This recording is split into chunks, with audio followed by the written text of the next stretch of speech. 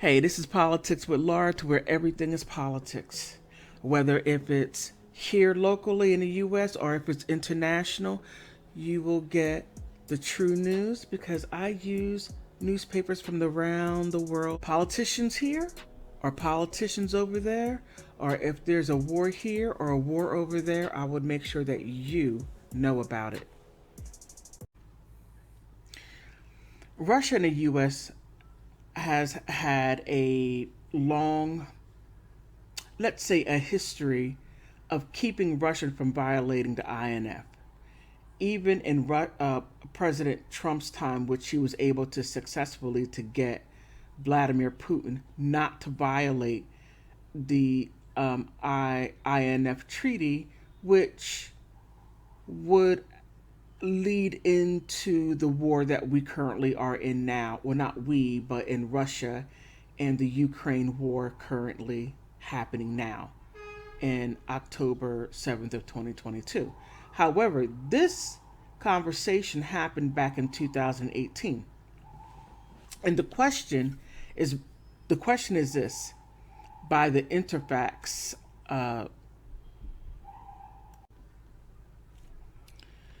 if the United States and Russia Federation will find themselves free to withdraw from the INF treaty, what what are they going to be doing next?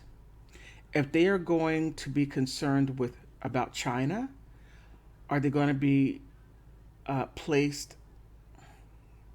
Are they going to be placing their missiles in Europe? Are they going to be agreeing on some type of territorial deployment for their missiles? So, what's next for both countries? John Bolton answers. He says, "Well, I think there's going.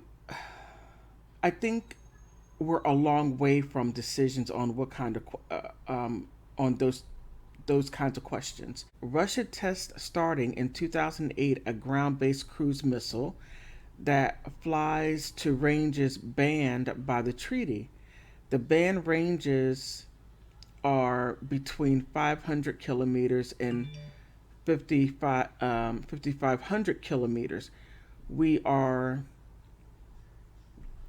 quite sure that the tested a capable missile to fly to those ranges. It would be they would try to get away with it, and we called them on it starting in May 2013. We both been butting heads ever since. I might also direct your attention to the compliance report that are filed annually by the State Department, available on a website, beginning with the compliance report in 2014, which covered 2013, in which referred for 2013 right up to present day. 6 years in Russia non-compliance. But there's another aspect that our question raises, and there is what the activities in other countries like China, Iran, North Korea, and others who are not covered by the treaty, who are free to do whatever they want in the intermediate range and have made very substantial strides to have that capability. We estimate, for an example, in the case of China, that somewhat between one one third and one half of the ballistic missiles capable could violate the INF if they were a party to it. So there's a new strategic reality out there. It is a Cold War bilateral ballistic missile related treaty in bipolar, a multipolar ballistic missile world. I think on this latter point, on the more complicated global strategic environment, this is something that concerns the Russians very substantially, and we talked about that. So this has been an issue of Russia violating this INF treaty.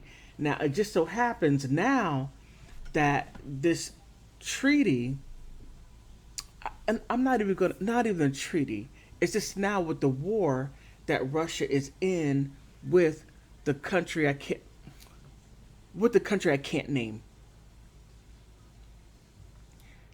Now, if this continue, well, it is going to continue, and it is escalating. And now that Russia has had a history of violating it over and over and over again, now it's really going to violate it. So now the United States, well, It's the end of months of speculation and tension. Secretary of State Mike Pompeo has officially signaled that the arms control treaty, which has helped keep Europeans safe, could soon end. If Russia does not return to full and verifiable compliance with the treaty within this 6-month period, by verifiably destroying its INF violating missiles, their launchers, and associated equipment, the treaty will terminate. 4 months ago said that they are backing out of the treaty. 6 months has to go by to make sure that it's legally done and over with. And then that's when the gloves are really going to come off, and it's going to get, I don't want to predict what I think is going to happen. So to follow up on that, did you discuss a possibility of a modified NFT treaty that would include other countries? Or, to put the question another way, if Russia were to go back on compliance with the INF, would you support a withdrawal anyway? And did you a formal and do you do a formal withdrawal notice? Very interesting. And John Bolton says, well, with respect to the question of Russian compliance, as I've said, it is a North American position that Russia is in violation. It is Russia's position that they are not in violation. So one has to ask how you convince the Russians to come back into compliance with obligations they do not think they are violating. Very interesting. It is not like this is a new subject. As Rose Gutenmoller said, they have been butting heads since 2013. Now, on the conceptual possibility of universalizing the treaty, yes, that's something that we thought of as far back as 2004. And some efforts were made to see if it might be possible to extend the treaty then, and shortly thereafter. That all failed. Whoa. Just within, I think, the past 2 days, China has issued a statement that says it wants the United States to stay in the NFT treaty. And if I were living in Beijing, I probably think the same thing, but I'm not. In terms of filing the former notice of the withdrawal, it has not been filed. It will be filed in due course. I can tell you again from the example of the ABM treaty, and was first very vividly. I I was due to fly to Moscow in September 11, 2001. Obviously, it didn't happen, but I came a week later on a governmental plane. That's when we had the first discussion on the subject. We had filed our notice of withdrawal, if my memory serves me correct, sometime in December. So it's quite interesting that that the U.S. wanting to withdraw from the INF treaty, it's very interesting how they want to get out of that and to keep Russia in compliance with it. But Russia is like, well, we have always been in compliance. So he serves a excellent question. How can you get someone to agree to be in compliant in something when they feel that they have not violated the treaty at all? What do you do with that? But the fact that they want to universalize it and add other countries to it, to where China's like, no, but we want you to stay in it, US, stay in the INF treaty. Yes. Oh,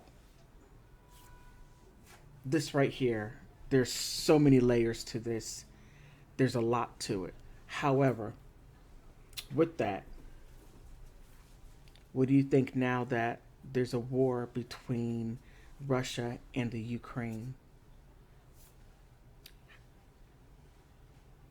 Do you think that maybe Russia has been violating this because it knew at some point it was going to invade in the Ukraine?